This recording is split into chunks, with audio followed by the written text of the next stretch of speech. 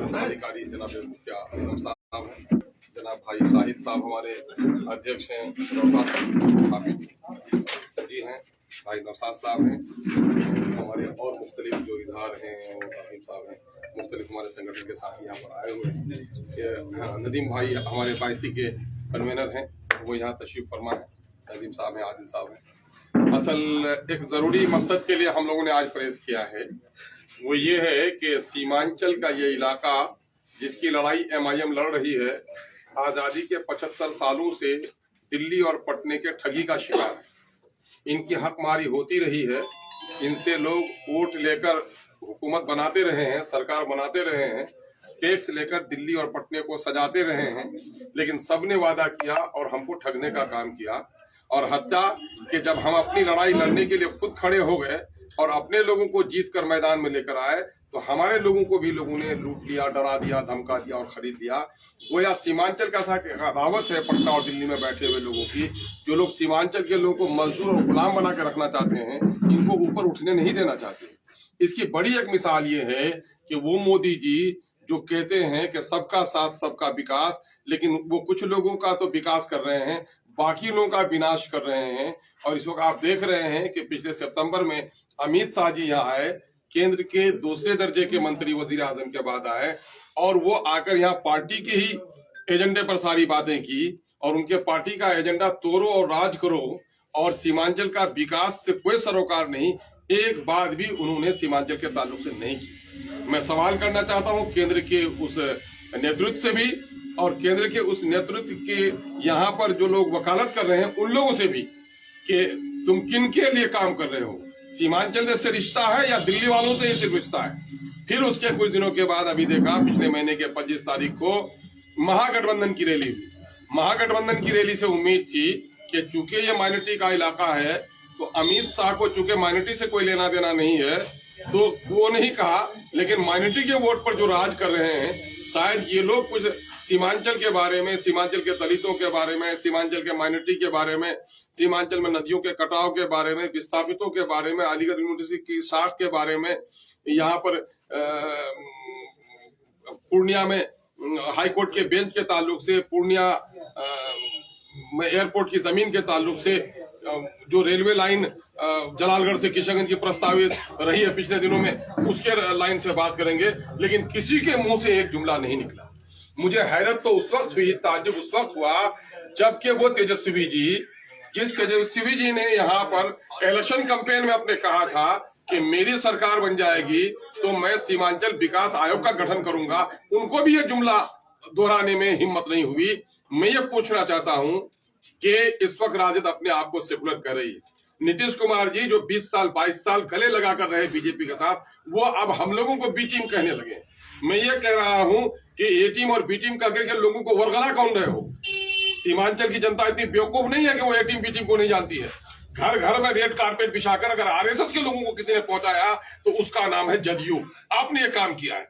और सबसे बड़ा सवाल ये है कि वो यादव जिसने हमारे लोगों को, ये राजद जिसने हमारे पार्टी को तोड़ा और जिसकी हुकूमत ही बनी, जो सबसे बड़ी पार्टी बनी, जिसको नीतीश कुमार जी का जदयू से अलग होने के नतीजे में गवर्नर ने न्योता इसीलिए दिया कि मेरे लोगों को काटकर, मेरे लोगों को तोड़कर, सीमांचल के मैंडेट का अपमान करके आपने अपनी बड़ी पार्टी बनाई, जिसकी वजह से आपको न्योता मिला और आपने सरकार बनाई। तो आपको तो कम से कम इस नमक का एहसास होना चाहिए कि जिस सीमांचल के लोगों के वजह से आपकी पार्टी बड़ी हुई और हुकूमत बनाई, आपने उनके लिए भी एक जुमला नहीं बोला। इन्हीं तमाम तर जो भटकाव और बहकाव की राजनीति है, हमारे ठगने की और बार बार हमें लूटने की जो वो है कि हमारा वोट लेकर सरकार बनाएंगे, ये हमारा टैक्स लेकर ये दिल्ली और पटने को, राजगीर को, नालंदा को, गया को, जहानाबाद को सजाएंगे ये। तो हम भी इस बात के लिए आए, बैरिस्टर असदुद्दीन अवैसी साहब आ रहे हैं, हम लोगों की पुकार है, सीमांचल के जन जन कनकर की पुकार है कि जब भी इस इलाके की बात अगर किसी ने की, धारा 371 की बात अगर किसी ने की तो बैरिस्टर असदुद्दीन अवैसी ने की, सीमांचल डेवलपमेंट काउंसिल की बात अगर की तो बैरिस्टर अवैसी ने की, इस इलाके के मजदूरों के पलायन, लोगों के बेरोजगार और गरीब होने पर अगर किसी ने आवाज उठाई है तो बैरिस्टर असदुद्दीन अवैसी ने उठाई है। यही वजह है कि बैरिस्टर असदुद्दीन अवैसी साहब सीमांचल अधिकार यात्रा के तहत 18 और 19वीं तारीख को यहाँ आ रहे हैं। 18 तारीख को यहाँ से किशनगंज से वो निकलेंगे। बायसी और अमूर का दौरा करते हुए दिन के 2 बजे से लेकर 4 बजे तक खाड़ी पुल के मैदान में वहाँ एक विशाल जलसा करेंगे। वो उसके बाद वो लौट कर आएंगे कोचाधामन में। शाम को 5 से 7 बजे कोचाधामन भट्टा हाट पर एक प्रोग्राम होगा, वहां से आ जाएंगे वो रात्रि विश्राम के बाद। आज दूसरे दिन वो निकलकर यहाँ से जाएंगे लोहागड़ा होते हुए।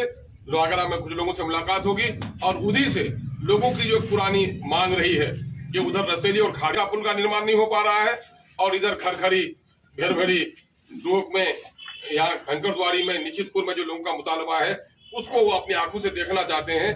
क्योंकि सीमांचल में सबसे घनी नदियां हैं। इस इलाके के पिछड़ेपन का एक बड़ा कारण घनी नदियां और सैलाब है और नदियों पर पुल न होने के नतीजे में 5 किलोमीटर की दूरी, 10 किलोमीटर की दूरी लोगों को 60 किलोमीटर 70 किलोमीटर में तय करनी पड़ती है।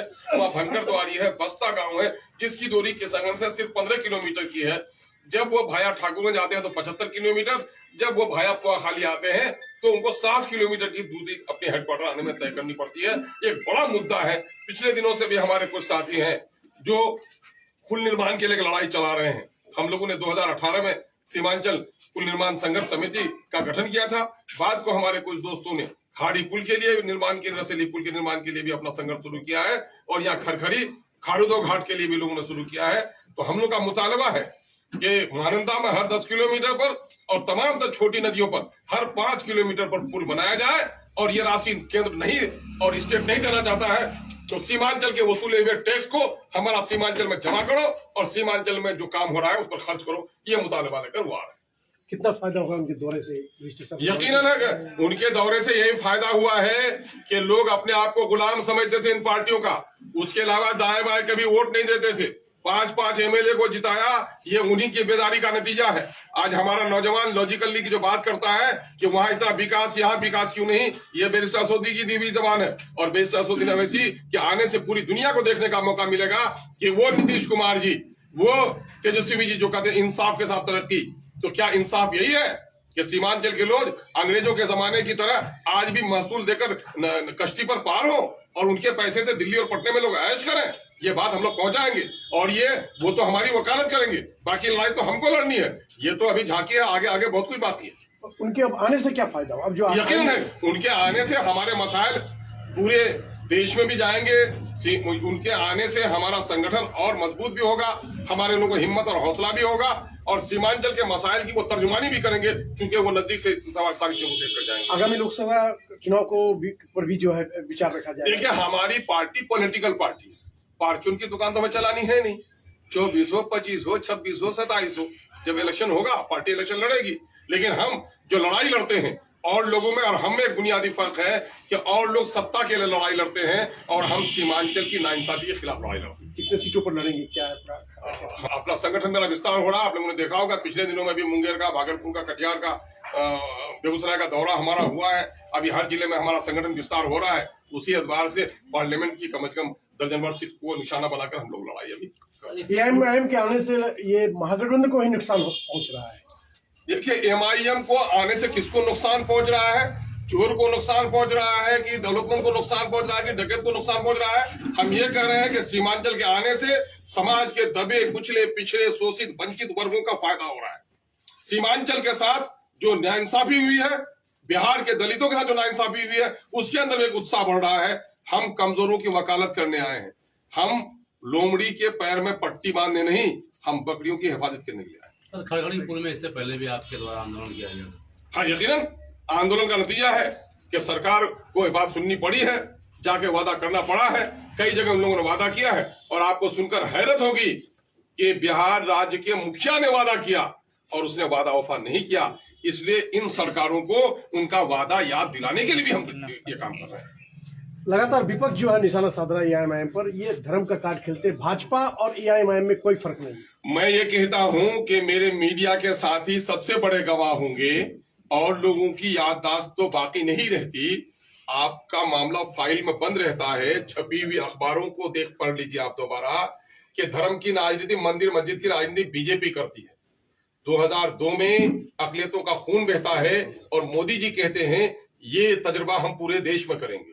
मस्जिदों को तोड़कर वो खुशियां मनाते हैं। दाढ़ियों को नोचने वालों को वो उसको जाकर के देश का झंडा, अपना पार्टी का झंडा थमाते हैं। जो लोग रेपिस्ट होते हैं, रेप के नतीजे में जेल में जाते हैं और जेल से बाहर आते हैं, तो बीजेपी के लोग उनका इस्तेमाल करते हैं। कोई एक मामला बता दीजिए एमआईएम का। एमआईएम हिंदू और मुसलमान दोनों को कहता है। सर सैयद ने कहा था, हिंदू और मुसलमान देश की हालत ये खूबसूरत दुल्हन की तरह है, और हिंदू और मुसलमान दोनों रसीली आंखें हैं, हम एक समान देखते हैं। हमको अगर मस्जिद से अकीदत है तो मस्जिद के मीनारे की ही नहीं बल्कि मंदिर के कलश की हिफाजत करते हुए जान चली जाए, ये एमआईएम का वादा है। हम मजहब की राजनीति करते हैं, कौन माइकल लाल कह सकता है? धर्म की राजनीति वो करते हैं। चूंकि सारे लोग इस हमाम में नंगे हैं, सबने दलितों को ठगा है, सबने अकलियतों को ठगा है। मेरे मसाइल में अभी कोई नहीं बोल रहा है। बिहार में भी मॉब लिंचिंग हुई है, अभी 15 दिन के अंदर में 23 तारीख को बाबर की लिंचिंग हुई गया में, फैयाज की लिंचिंग हुई समस्तीपुर में, वो एक कुरैशी की, नसीम कुरैशी की लिंचिंग हुई छपरा में, 2 मासूम बच्चियों का माइनॉरिटी के बेगूसराय में, शाहपुर कमाल में, पंचबीर गांव में रेप हुआ शराब पीकर। जो शराब बंदी है बिहार में, शराब बंदी से है तो शराब कैसे पिए? और कहा बेटियों को पढ़ाओ, बेटियों को आगे बढ़ाओ, स्कूल के कैंपस में हुआ। शर्म से डूब मरनी चाहिए सरकार को, जो शराबबंदी की बात करती है, महिला उत्थान की बात करती है, बेटी पढ़ाओ की बात करती है, और ये मामला हो रहा है। और अभी सुनकर और हैरत होगी कि उन्हीं रेपिस्ट के दरमियान में से वो जो जिन लोगों पर इल्जाम है, उन्हीं में से निशानात को मिटाने वाला एक मुजरिम है ना, एक बड़े सियासी पार्टी के नेता के साथ नाश्ता करता हुआ दिख रहा है। क्या ये कैरेक्टर है एमआईएम का? एमआईएम का कैरेक्टर कभी ऐसा नहीं है। अब चूंकि हम सिपाही बनकर खड़े हुए हैं तो सबको जो परेशानी है तो सबको ही हमको बदनाम कर रहा है, क्योंकि इनको हिसाब किताब देने का है नहीं। अगर है ही मतलब हुकूमत तो मैं चैलेंज करता हूं, 75 सालों में जिन जिन पार्टियों ने बिहार में हुकूमत की है वो अपना रिपोर्ट कार्ड जारी करे कि माइनॉरिटी के ताल्लुक से, दलितों के ताल्लुक से क्या क्या उसने माई के समीकरण पर हुकूमत बनी राजद की, और उसने माइनॉरिटी के लिए क्या क्या 15 सालों में, 17 सालों से इंसाफ की तरक्की का दावा करने वाली नीतीश कुमार की सरकार अगर हिम्मत है तो बता दे कितने इंजीनियर बहाल हुए माइनॉरिटी के, कितने हुए दूसरी बिरादरी के, कितनी आबादी इनकी है, कितना हिस्सा इनको मिला, कितना ठेका इनको मिला, कितने लाइसेंस इनको मिले, कितने बच्चे इनको स्कूल जा रहे हैं, कितने इनके क्षेत्रों में काम है। अगर हिम्मत है तो व्हाइट पेपर जारी करें। चोर बोले जोर से, सिपाही को बोले चोर तो हो गया चोर, ऐसा थोड़ा होता कोई। सर, महागठबंधन के शासनकाल में तो किसी ने मंदिर भी जलने लगा। देखिए, मंदिर मस्जिद का मामला उन लोगों से पूछे जो कीजिए, मंदिर जले या घर जले, मंदिर मस्जिद है उससे ज्यादा पूजनीय है एक आदमी की जान। हर दिन जान और माल, इज्जत और आबरू की वो हो रही है। मंदिर को जलाया किसने, ये तहकीक का मसला है। जिसने जलाया है उनको कड़ी से कड़ी सजा दिया जाए, और मंदिर मस्जिद का मामला लेकर के यहाँ पर राजनीतिक रोटी सेकने की नाजायज कोशिश लोग नहीं करें। पिछले दिनों में आपको याद होगा, किशनगंज के पत्रकारों को मैं साधुवाद देता हूँ, यही पश्चिम पाली में मोदी जी को गाली दिया हुआ टी शर्ट एक शख्स पहना हुआ था और अपना नाम उसने माइनॉरिटी का रखा था, और जब उसका आधार कार्ड जांच हुआ तो नॉन माइनॉरिटी का आदमी था। तो साजिश हो रही है, किशनगंज के इस सौहार्दपूर्ण वातावरण को खत्म करने की एक साजिश हो रही है। हमको सचेत होना है कि मंदिर मस्जिद के झगड़े में नहीं पड़ना है। ये लोग मंदिर मस्जिद के झगड़े में पड़ाकर सीमांचल के विकास का खिलवाड़ करना चाहते हैं। सीमांचल के लोगों को उठना है, मंदिर भी बाकी रहे, मस्जिद भी बाकी रहे, गुरुद्वारा बाकी रहे, सबको अपने धर्म का पालन करे, दूसरे के धर्म का आदर करे और शांति के साथ, भाईचारे के साथ जिंदगी गुजारे। ये एमआईएम का पैगाम है।